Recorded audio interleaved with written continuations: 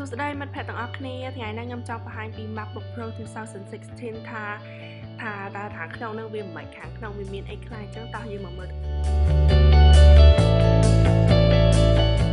គឺតោះចាប់ដើមតែនយើងស្អិតតិច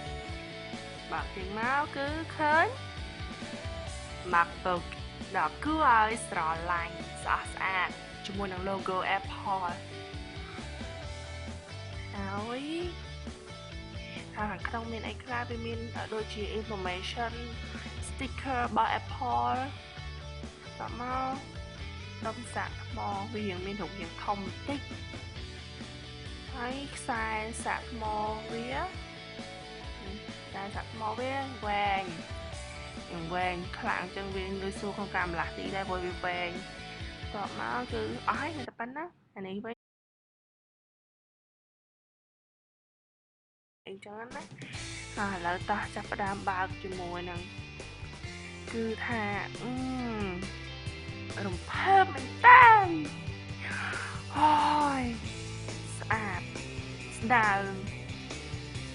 ទម្ងន់ល្មមគឺថាស្អាតមែនតើជាលើកទី1ឯដែរបើកប្រើវាហើយមួយទៀតគឺពេលដែលបើកមកគឺអូតូឲ្យយើងមកដូចយើងឃើញនៅក្នុងវីដេអូនេះអញ្ចឹងគឺថាបើកមកអូតូឲ្យគឺអត់មានប៊ូតុងសម្រាប់ថាចុចបើកអីទេគឺថាអូតូហ្មងឥឡូវចាំផ្លែតវាយ password ផ្លែតសិននេះរួចរាល់ឥឡូវយើងបានបើកវាហើយនេះខ្ញុំចង់បង្ហាញពី keyboard វានិង trackpad វាគឺវាមានលក្ខណៈថាធំអញ្ចឹងងាយស្រួលក្នុងការ scroll ឬ touch คลิกអីអញ្ចឹងវាស្រួលហើយ keyboard វាពិតជាស្រួលឥឡូវនេះខ្ញុំបង្ហាញជាមួយនឹង touch bar ថាវាងាយស្រួលមិនដោយសារតែយើងចង់បឡើងសលេងអីអញ្ចឹងទីគាត់តែទាញវាចុះទៅ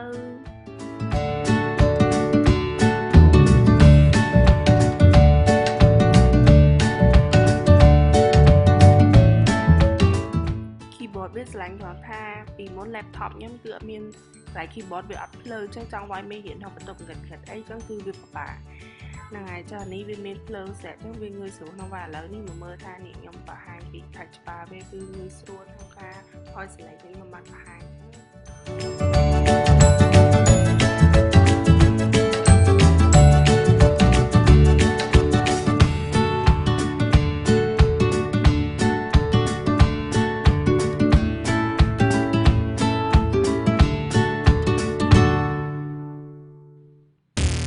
ដល់ខ្ញុំកំពុងតែចូល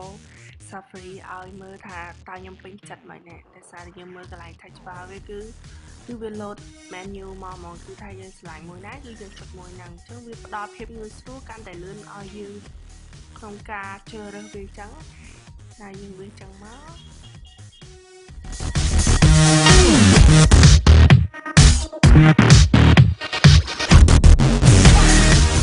បន្ទាប់ពីហ្នឹងគឺចង់បង្ហាញពី emoji គឺងាយស្រួលក្នុងការឆ្លើយតបសារដែលថាមាន sticker ឈូហើយយើងវាយរហ័សទេដោយសារតែយើងគាត់ថាtouch លើវាទៅគឺវាទៅផ្លុកយកហ្មងអញ្ចឹងវាផ្ដល់ងាយស្រួលកាន់តែលឿនកាន់តែរហ័សអរគុណមែនតើសម្រាប់ការទស្សនាវីដេអូដ៏ខ្លីនេះជាលើកទី1ដែលខ្ញុំកាត់តវីដេអូអញ្ចឹងវាអត់សូវល្អឥតខ្ចោះប៉ុន្មានទេតែបន្តែជាយ៉ាងណាអរគុណសម្រាប់ការតាមដានទស្សនា